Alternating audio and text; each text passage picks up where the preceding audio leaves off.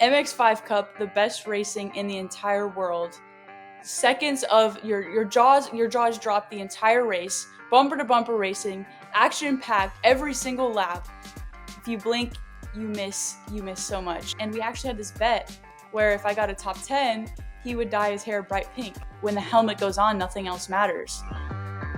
That was Sally Mott, one of the drivers that's featured in the new Amazon Prime exclusive First to the Finish. The show, which is done in the same sort of style as F1's Drive to Survive, follows Whelen Mazda MX-5 Cup drivers Sally Mott and Heather Hadley, as well as team owner Shay Holbrook as they navigate the highs and lows of an MX-5 Cup season. As I said, the show is available on Amazon Prime Video. I'll put a link to that for you in the description below. But they just launched the first 3 episodes of that series, with the next 3 episodes coming out on April 15th. Now, before the release of the show, I was able to catch up with Sally and talk about the show, the MX-5 Cup in general, and just what her story was that got her here. It was a really fun chat, and I hope you enjoy. Now, as many of you already know, I'm a huge fan of the Whelen Mazda MX-5 Cup.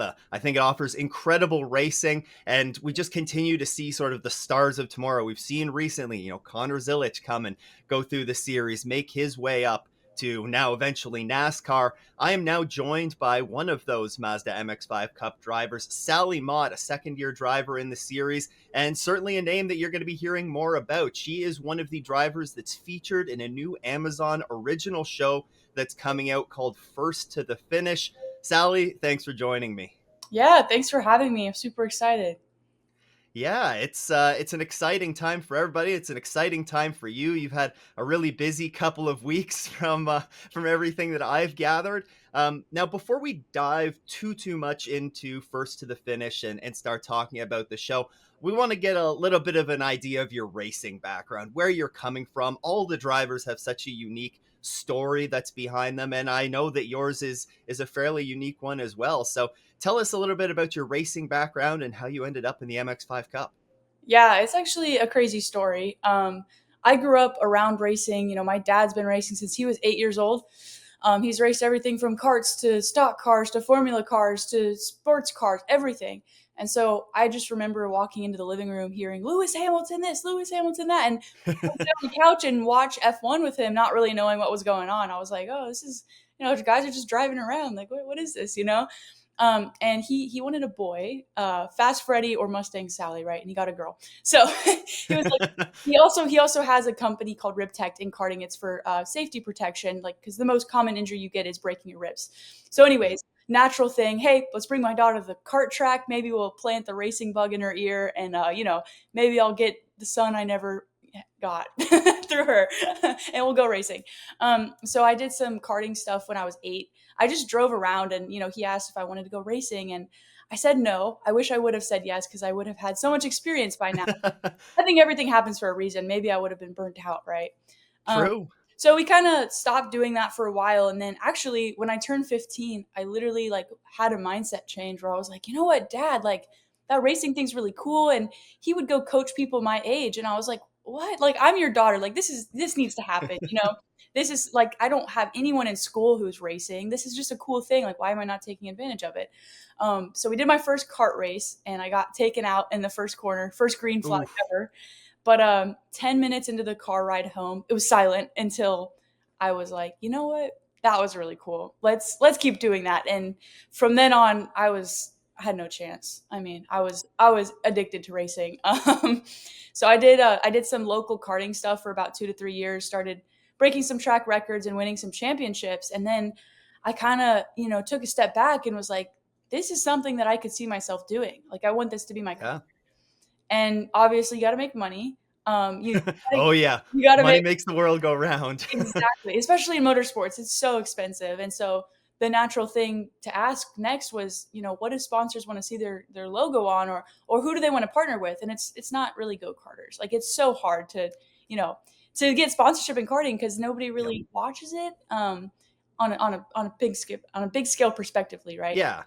So the next step was like, all right, well, we need to get a car. And looking at what Mazda did for grassroots racers, it's kind of obvious. Like, we need to get a Miata, right? We need to get a spec Miata. And so I have this track that's kind of local, and we did some club races with them. and I did about eight or nine races, and then I had this moment with Ben Keating. Actually, he invited us to go Oh man, to, Ben Keating. a champ car race with him at VIR because he lives in the same town as me, Victoria, Texas. Like That's wild. a small town that it's like, there's, a Le Mans winner just living there, and he owns 26 dealerships in Texas, probably more now. Um, Yeah. so we finally got a hold of him, and we're in his private plane, right? Just like casually, like talking. And Oh my I'm like, goodness. this is not happening. But we're in there, and he's like, what's your goal? And actually, I don't know if you knew, but he did the MX5 Cup race at 2023 Petit Le Mans.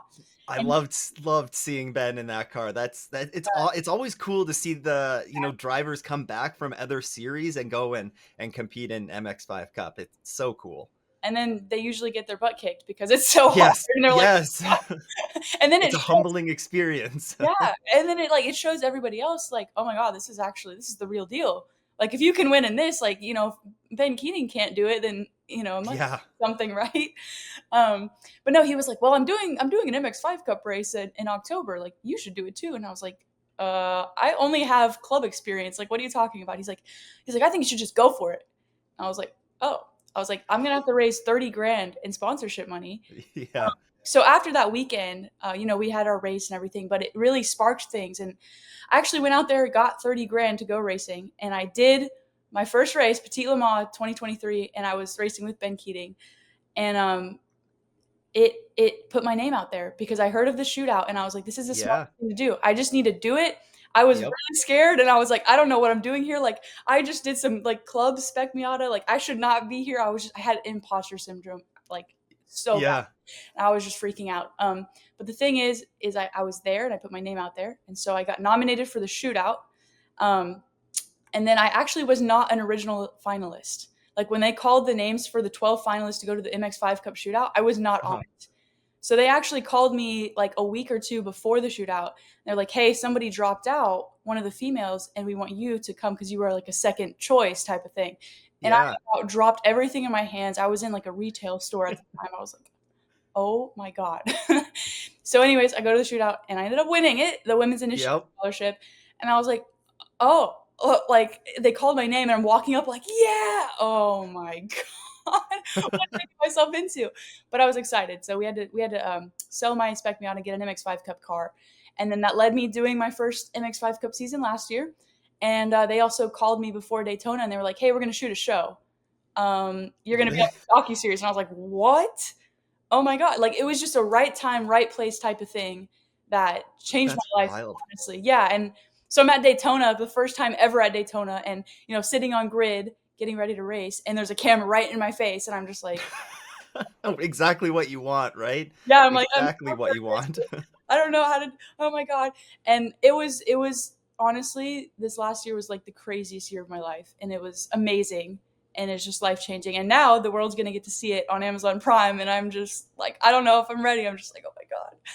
So, Yeah. yeah, it's been It's a journey. it's wild that, like, one phone call, one plane ride, it, like, it all can change so quickly. And that's wild that, like, that series of events that led to this. And then, in less than a month's time, now there's going to be an Amazon show. And it's funny how the world works with all of that. But that's a wild story. And it's cool as well because your dad's been right alongside you for this whole ride as well, correct? Yes, yeah, he's been there coaching me, mentoring me. He's helped me, like, like the mental mindset, physically what I should be doing, how to kind of market myself, how I should be, presenting myself in a business environment, like being well spoken. He's trained me on basically everything, and yeah, it's been a really cool journey. Just, because it started out like I was like, man, I want to bond with my dad more and like take advantage of it. Now, like, look where it's gone. So it's just Yeah, really cool. Yeah. that's awesome. That's awesome. Now, a little bit more, about the MX5 Cup. It sounds like right from the get go, you were interested in getting into Spec Miata, and now it's transitioned to the MX5 Cup. But there's a lot of young drivers as well as very experienced drivers that have been running MX5 Cup for years who stick around in the series. So it makes a very interesting mix of backgrounds that you find in the series. What do you think makes the MX5 Cup so appealing from a driving and from a competitor perspective? I would say it is the closest racing in the world. I know that's biased, but I mean, you watch and we have the smallest margins of victory like you've ever seen. Yeah. Like Sebring last year was 0.004 thousandths of a second. Yep. I mean, that's like three people flat out just crossing the line, like Lightning McQueen style, right? Yeah, yeah. I mean, that Yes, that's exactly it. Yeah. and it's just like, at Daytona, we're driving through 10 cars' windshields. We're in a pack of cars Yep. and we are bump drafting down a straightaway going, 150 miles an hour. I mean, it is the most entertaining racing to watch, first of all. As a driver, it's very stressful, because you're like, oh my God, like one person makes the smallest mistake and it ruins your entire race, Yeah. let alone could total your car. And it's like, it's so competitive because everything is spec, and so it's all about driving. And so there is some serious talent in MX5 Cup. I mean, the top 10 could win it at any given moment. I mean, like, if you've watched the last season, there was moments where a whole incident happened at the front of the pack and like people from the mid pack ended up winning. And it's just like it just keeps you on your toes. You have no idea what's going to go on, right? Yeah. I think it says a lot about the level of competition in MX5 Cup when you have this very recent example. You have Connor Zilic, who competed in MX5 Cup for a couple of years, came up just short of a championship. Yeah. But then what does he do? He comes out of MX5 Cup, jumps into an LMP2 car, and goes out and wins. Like the first two races that he runs in LMP2, and um, like I think it's so underrated for the quality of the drivers that are in it throughout the field. You alluded to it, just the incredible close finishes that we see. It's there's definitely some elbows out racing that goes on, but man, from I can only imagine what it would be like driving in that. I know from a fan's perspective, it's so much fun to watch. And if you're not watching the MX5 Cup already, you really have to be. Yes. It's it's can't miss television. Agree. I mean, what are you doing? If you're not watching MX5 Cup, what are you doing? Like, Exactly, exactly. Now you touched a little bit on Daytona, so I want to talk a little bit about this season, your second season. We're very fresh into year two for you now, so we're starting to go back to some of the tracks that you have been to. You're also going to be going to some tracks that you didn't get an opportunity to go to last year.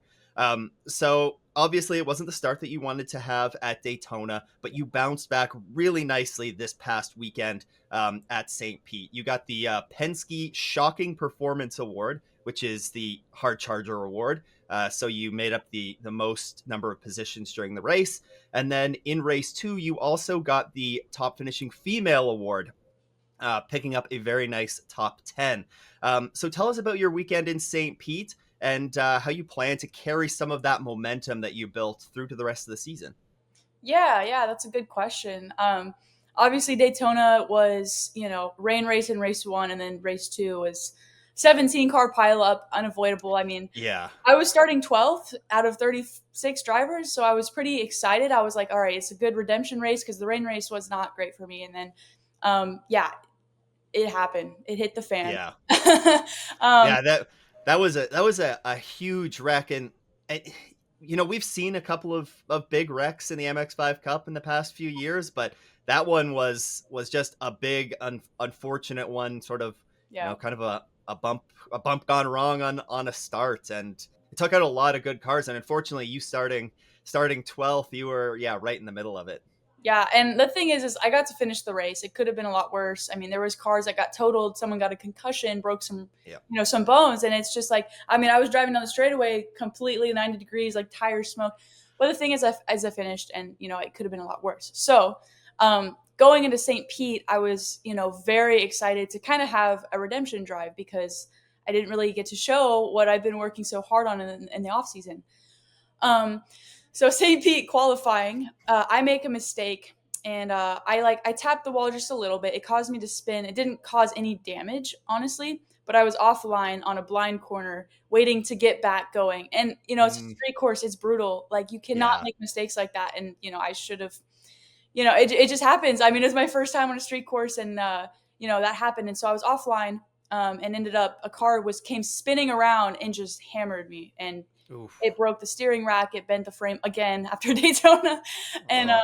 it did a lot of damage. And so I was like, oh my god, I don't even know if I'm gonna get to race. And but Yeah. luckily JTR got my car back together. But so I was starting dead last in both of the races. Actually, I think like second to dead last or something like that. Race one, I got to drive up from 32nd to 14th and get the hard charger award. So that was a really cool feeling. Like, I've only ever been on the podium holding top finishing female. So to have like most positions gain, I was like, this Yeah. is actually it's like, it's empowering in a way, because you're like, Yeah. yeah, like, I can do this shit. At a street course too, that you you mentioned it, like, you haven't been to a street course, let alone, St. Pete before. And it's not as easy. There's not as many good passing zones at St. Pete as there are at, say, like Daytona or something, where you can get a good draft going. But yeah, that was Only like a good weekend. 3 or 4 passing zones. So yeah, and then there's also all these things you have to consider: the braking, and like, Yep. since you're in like basically a wind tunnel because there's walls, the car's not getting as much wind, so it's overheating, and so you have to pop out, get some air, because you're getting constantly like high water temp, and it's overheating. Um, and so honestly, whenever I start in the back or have like a really bad session before, I drive like pissed off, and that's when I do. So race two, I ended up getting double hard charger. So I got it again. I got top 10, and then I got top finishing female. So I got to hold both checks, and I was, first top 10 of the season. And it was so hard getting a top 10 last year, which I finally did. And it was this huge celebration. You'll see it in the docu-series. But it just came, and I was like, oh my God. Like, I just want to elevate my game, and I want to get into the top 10 in the championship this year, and just make a statement type of thing. So St. P was huge for me. Yeah. That's awesome.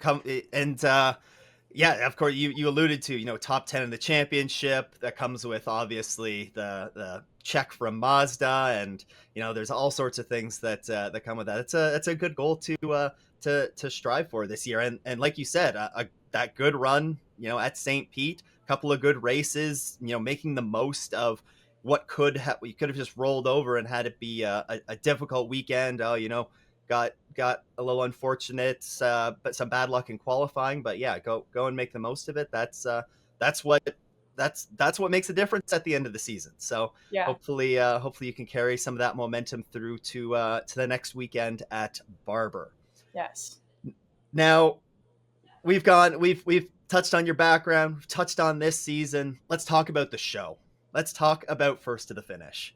Um, kind of out of left field. For I know, for me, when I heard that, at the Rolex this year, we were, like, this is gonna be coming out.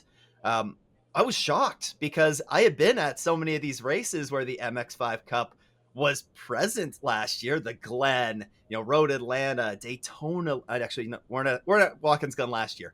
But Road Atlanta. And you didn't notice that there was a film crew that was bumming around, like last year at the Rolex, of course, when they're filming for the F1 movie. Like, that's a Oh huge huge production, very obvious in everybody's faces. But this has been very, very low key. So tell us a little bit about what that was like last year, having the film crew around, and it being your rookie season. Like, there was a lot going on last year. Oh yeah, it was definitely something that I had to get used to. Like I said, at Daytona, I was just shell shocked at being at Daytona, and then you know, I'm sitting on grid, and we're about to go out and race, and I always put my visor down, and I have this moment of like meditate, like get in the zone. I'm about to go racing, right? And there's a camera guy just there for like 10 minutes, and I'm not moving. Like, I'm like breathe, like, I'm like, and I open my eyes. I'm like, when I open, like, is he still there? Oh, he's still there. Go away. What is he doing? Like, what? I'm not moving. Like, what kind of content is he getting for 10 minutes straight? Um, and so it was, definitely something that I had to get used to, being mic'd up all the time, having boom mics everywhere. Yeah. If I, for example, had an incident with another driver, or whatever it was, and I wanted to go talk to someone. The film crew's right there following me, and the person that I'm going to talk to, they're like, oh my god, they see me and they turn the other way. They're like, nope, Yeah, no, I yeah. don't want that. And when we're doing data after a session, they're like in there. No matter how crammed it is, they're in there. They got the boom mic. It's everywhere. They've come to my house twice. They've actually filmed me, like me and my boyfriend. We had a. They wanted to see like who is Sally Mott as the driver, and then also as a person, right? Yep. What do I do in my daily life? And so they got some moments of like we got frozen yogurt, and the whole entire place was like dead silent watching us like pour yogurt. And I was like, this is so weird, like you feel like a micro celebrity almost, and people are like, well, they start asking questions like, what is this all for? And then now that it's all out here, it's like it's all worth it, because it's just weird having cameras everywhere, and you're like, well, Yeah. I haven't seen anything. And I literally did not see episode 1 until premiere night at St. Pete, where they showed it. They showed me the trailer, and I was like, holy shit, this is amazing. Like it's so badass, and it kind of made everything worth it. Not that I didn't like it, at the beginning. I feel like it added too much pressure, and so I Yeah. kind of like couldn't focus, because my saying in the show is, when the helmet goes on, nothing else matters. And that's what my dad really preached to me, because he's like, all of this media stuff does not matter. You need to get the results, right? Because when the helmet Yep. comes on, you're driving. You don't have anything else to think about besides that. So at the beginning of the season, I was like really struggling with that, because I was like, oh my God, there's so much press, there's so many cameras everywhere. But at the end of the season, like middle to the end, I actually used it as motivation. It helped me do better, because I was like, you know what? There's cameras. This is an opportunity to shine and to prove what I can do, right? And so I Yep. actually I was able to flip that and flip a switch in my brain to like turn it into a good type of pressure. Um, Yeah. so it was honestly a journey of like self discovery as well. I know that kind of sounds corny, but like No, cameras in it your face forces you to like think about things like that. yeah. I mean, it would be a huge change to like I mean, if they're coming and, getting to know you and like who is Sally a little bit more, that's a big impact on your sort of day-to-day life, but then your sort of life at the track as well heavily impacted. You mentioned like it makes sense, you go up and try and have a conversation with a driver post race, like they're probably going to be a little bit more hesitant to want to have that conversation. Like they let's just wait a minute, let's I don't want to say anything stupid that's going to come back to bite them later. So especially if there's the film crew there.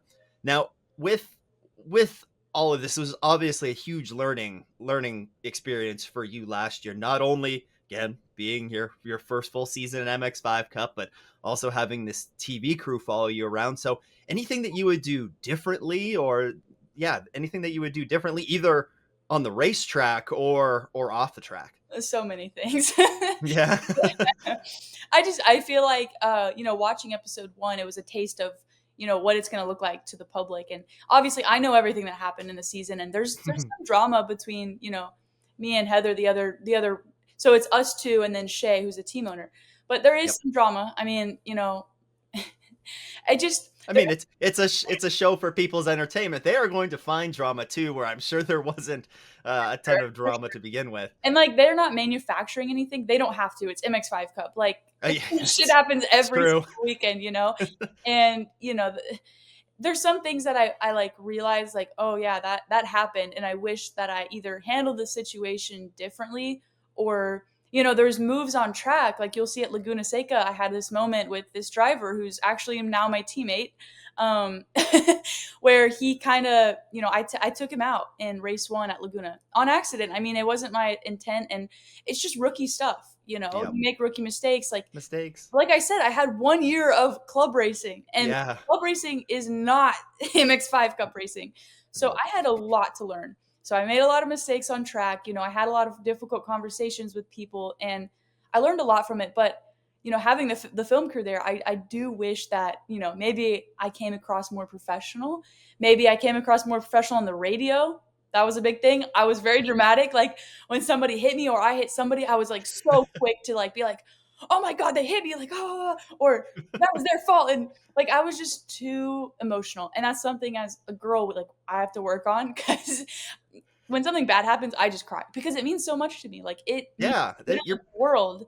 And so You're it's, passionate in the car. Like it's something that like this obviously means a lot to all of you that are out on track. This is high level racing. Club racing is big, but like this is like the big leagues of that, right? You think this is the MX5 Cup. I know, like shit's about to get real. And Yeah. if you're not ready for it, it's gonna punch you in the face really hard. And I did learn a lot of things in the difficult way. And so watching it is gonna be weird for me because I feel like I am a different person now. Even though it was a year ago, I feel like Yeah. it was many years ago, and like my mindset's changed. Everything that I do in the car, like I've elevated, which is great. But it's Yeah. cool 'cause it's going to show that progression from the beginning of the year to the end. I'm a completely different driver, different person. And yeah, so this off season from season one, I've changed a lot of things. I mean, my workout routine, my mental program, so much. And I'm just like, this year, I'm actually here to kick ass. And, I'm over all the learning stuff because they got all the learning stuff on camera, which, Yeah. I wish I was like perfect and won every race and, had everything, but that's not reality. And it's cool because it will be relatable, I think. And, yeah, so there's definitely things that I wish I would have done better. But at the end of the day, that's kind of the beauty of it. It makes for interesting TV and it's relatable and people are gonna enjoy it. I think it's gonna make great content. I'm looking forward to it coming out. Like like I said at the top, I love the MX5 Cup, and to have to have a series like this that could just introduce more sort of non-racing fans or very casual racing fans to this, and show them what it's really like. I think it could be really good for the series. So yeah, hoping that I'm really looking forward to see it. That it's going to be a lot of fun. So with the film crew following you around as well, is there anything that like it would be weird having somebody follow you around now for like thrown into this situation. Was there a big positive thing that came from the film crew following you around, that you look back on your first season and you're like, that taught me like a lot, that I'm going to be able to carry that through? Or yeah, and anything like that sticks out in your mind that was really positive about that experience? Yeah, absolutely. I got a year's worth of media training. That's true. It's crazy because like people ask me to do interviews and like, hey, can I, do you want to do this like live, news thing? Like, where obviously you can't mess up, it's live, and Yeah. like I have no fear right now because I've been in front of the camera all year. Like, but before that, if you asked me, I'd be like, oh my god, like my heart would be racing, I'd be nervous, I'd probably stumble a lot, but I don't feel that anymore. Like I feel like I've made myself more well spoken from just, I read a lot of books to try and I want to sound educated as a driver as well. Yep. I'm a businesswoman too. I'm selling myself as this product. That's true. So it's helped me really develop that and also understand like the business side of things and how to leverage things. But the main thing is the media training, which is so important. It was invaluable. And with the shootout that you were a part of, I understand that there's a lot of on track learning that goes on, and on track work. But there's also some stuff that goes on off the track. Is there media training and stuff like that as well that you went through as part of that shootout? Yeah. So at the shootout, they had obviously, like you said, they judge, what you can do on track, and then they have interviews with Shay Adam. For us, it was with Shay Adam. We had Yep. one interview, and it was live streamed on YouTube and stuff. But that's pretty much what they use to like judge. Okay, can this person drive? Yes, check that box. Are they Yep. good on camera? Because that's a big thing. You got to have the personality. Yeah. You got to Well, learn you're representing Mazda, right? As a scholarship winner. and if Mazda's going to put money behind you, they need you to have the full package. And Yep. so I'm sure, I wasn't a judge at my shootout, obviously. I was a judge at the shootout last year. And so I kind of got insight knowledge, and it's like they're looking at everything. They want the full package. And so if there's a kid who's really fast, but he doesn't know how to talk on camera and he just shrivels up in a ball and like gets super nervous, like they're going to be like, is this really what we want? You know, like there's a lot of talent. We can get someone else who's more. So yeah, it's the full package. Yeah. That's something that they tested us on, and I mean, I think I was already okay at it, but dude, after a year of what I went through, Oh, I'm good. I'm good. yeah, you're a seasoned vet in the media department now for sure. Yeah, I could always be better, but I'm pretty good. Oh, there's always going to be room for improvement, but I think if you were to probably look back on where you were sort of this time last year, that's going to be interesting for you watching the show and then looking back and seeing like how it's basically you're watching well, you are literally watching a documentary on yourself, but it's going to be interesting to see how you develop as a driver and everything over the course of the season. Because again, first season, there's going to be a steep learning curve, and sure that's going to be fun for you to watch. Yeah, and I think it's going to be really cool. Like, this isn't something that's in the trailers. You haven't seen it yet, but like, once you watch the show, there's a dynamic with me and Brad, and he's my crew chief. He is, I would say, part of the reason why I did as well as I did. He's just so supportive, and Sparky, my team owner at the time, he put me with, he's like, Brad, I'm gonna put you with the girls because you're so patient, and I was scared. I mean, I'm not gonna lie, not scared, but I was just like, oh my god, there's so much going on, and he helped me so much, and we actually had this bet where if I got a top 10, he would dye his hair bright pink. Oh my goodness! There's a whole thing in the show after CTMP race 2, I got a top 6. And we went to the Airbnb and had a party. And the film crew was there. They brought me a cake then they sang me happy P6 to you. And, I got to spray his hair pink. And then at VIR, we actually got it like professionally done where they bleached it and like Oh my goodness! yeah. So that's going to be a whole thing, is like following that dynamic as well, which I'm really excited to kind of see how that goes. Not just me as a driver, but also Brad. Yeah, Brad, you're gonna get you're gonna be on like a singles dating show after this, or you're gonna be on a comedy show. You're gonna get something out of this. It's really cool, and I'm excited for everyone to know all the personalities of MX5 Cup, not just Brad, but honestly everybody, because there's so much behind the scenes that you don't see when you watch the broadcast. yeah. The supporting cast, the crew that's back, working on the car and everything like that. It is, even though there's no live pit stops or anything like that, there's still a good crew of people that are behind these to make everything run smoothly. Yeah. Now, the good news just kind of keeps coming for you. As I said, it's been a busy few weeks for you. But you were actually just recently announced as a finalist for the IMSA Diverse Driver Development Scholarship.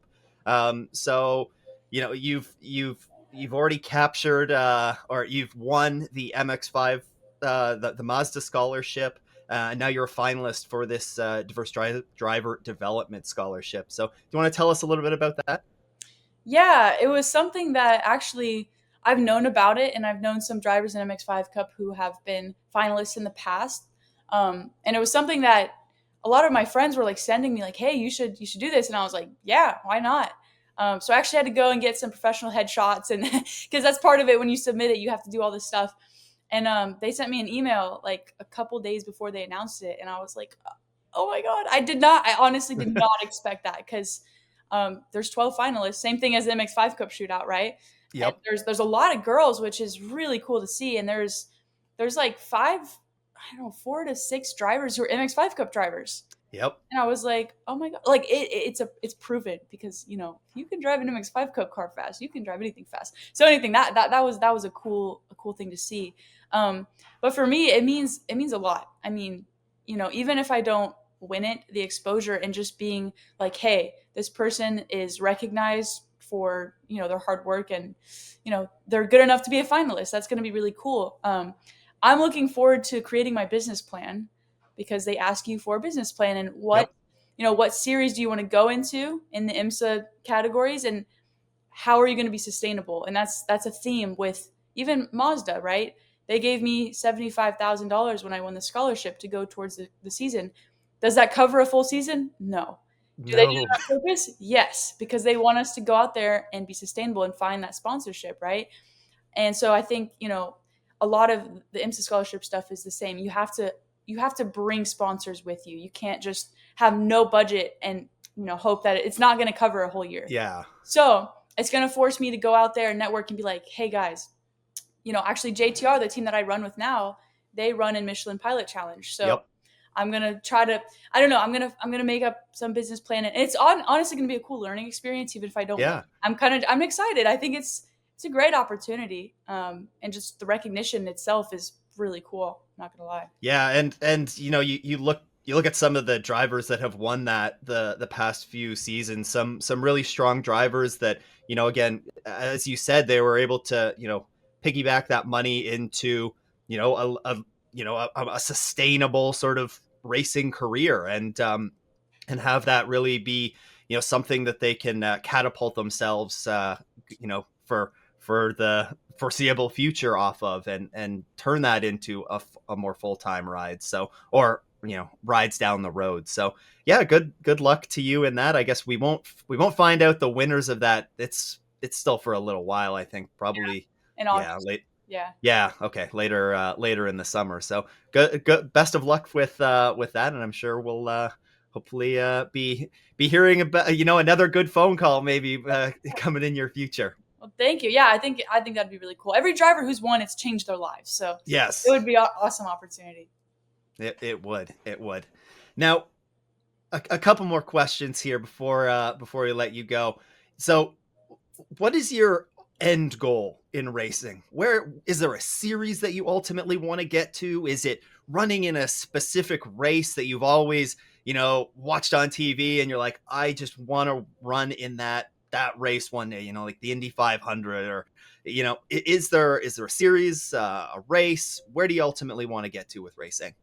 Yeah, so I've actually this has been a question that's been floating around like recently, because it's like, okay, well, I have this docu-series that's hopefully going to launch my platform and help me be more seen and have more, people behind me. So I'm like, okay, if I had all the money in the world, where would I go? And honestly, NASCAR has been something that's been piquing my interest, because I feel like there's more opportunities.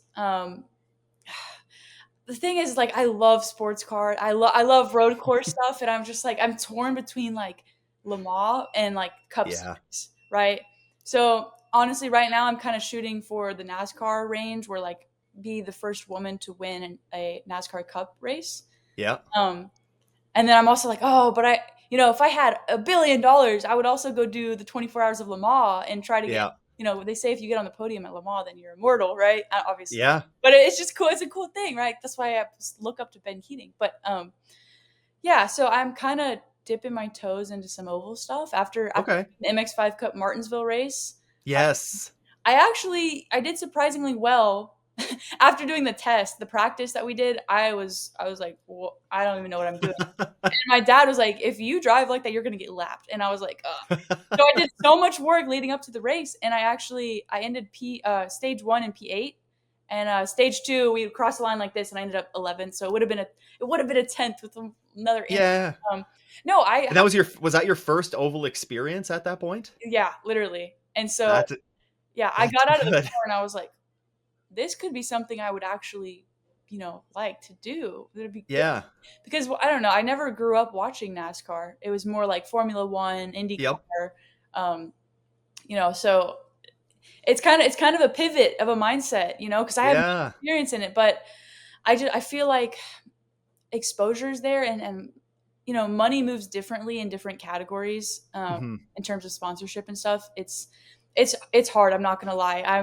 I am in I'm on my computer every day, on LinkedIn, emails all the time. I'm trying to get sponsorship. I mean, Yep. it's hard, especially when stuff like, what happened at Daytona, where even if Yeah. it's my fault, but when it's not, it's even harder to take, because that's not a light invoice. I mean, Oh no. to get it, they're Miatas, but they're not cheap to race. I mean, they're 100 Yep. plus grand cars to race. So um, yeah, it's more like, where's the money moving better? Yep. How can I be sustainable? Because at the end of the day, I don't want to mortgage my house to race. I Yes. want to have. Yeah, you want this to be a career, but you don't want to sacrifice, everything. Yeah, exactly. And the thing is if I end up winning the IMSA scholarship, that is like wherever I'm getting led to is where I'm gonna go. Um, but yeah, I don't know. I mean, I just want to be in the seat and not be like in debt. Honestly. Yeah, yeah. Now, so I guess if one of your potential paths is NASCAR, what has it been like, you know, what has it been like watching Connor do what he's done? Coming from he's a scholarship winner as well, comes to the MX5 Cup, and then like that has to make you feel that much more like positive about that being a legitimate path for you, from seeing somebody come from the series that you're racing in and have a lot of success outside of the series.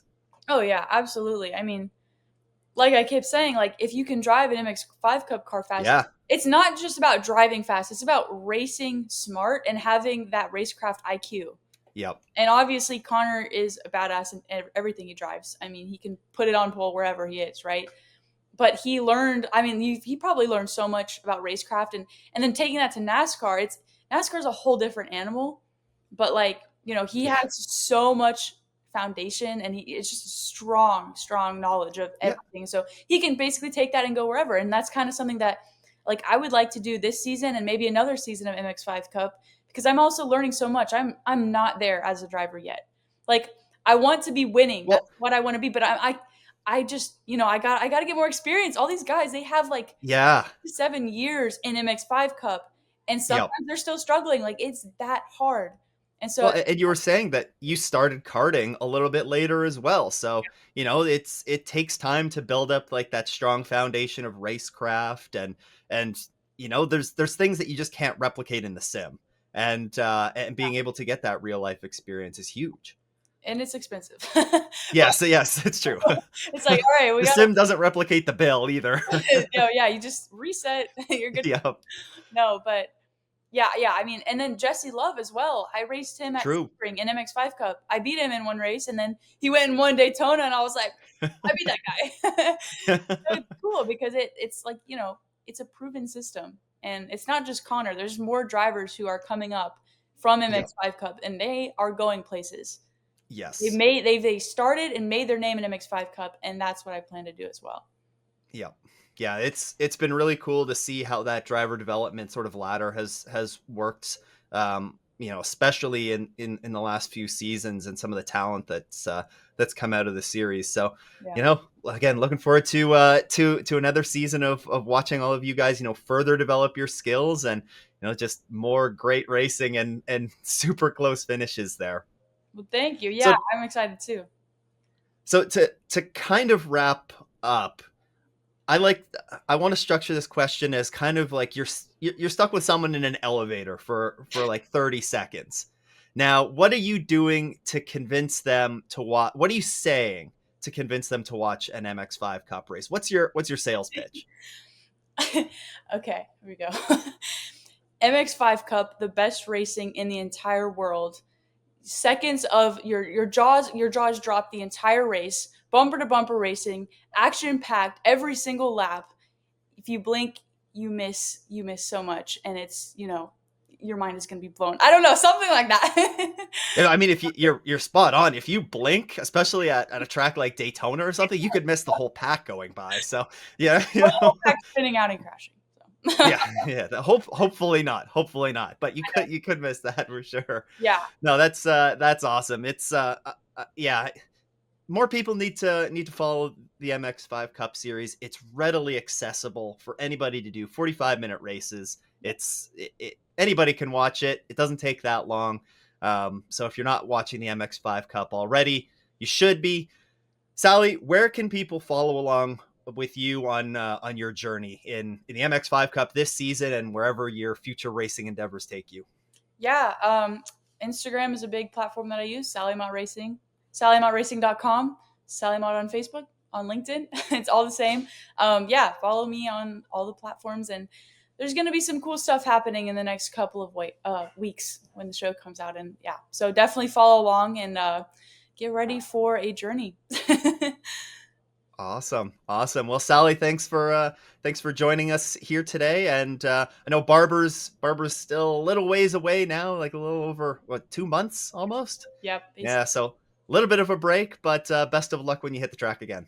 Thank you so much. I appreciate it. That was a really fun chat with Sally, and I appreciate her taking the time from her busy schedule between race weekends and the launch of the show to come on and chat for a little bit. Again, you can check out First to the Finish on Amazon Prime, which is linked in the description below. And while you're down there, leave me a comment on whether you want to hear some more driver interviews like this. Otherwise, though, the MX5 Cup season is in full swing, and you can learn more about the MX5 Cup right here. Huge shout out to all the channel supporters. If you too want to support the show, you can head to patreon.com/offintheesses or click that join button below. Once again though, thanks for tuning in. I hope everyone has a great race weekend and doesn't go off in the S's.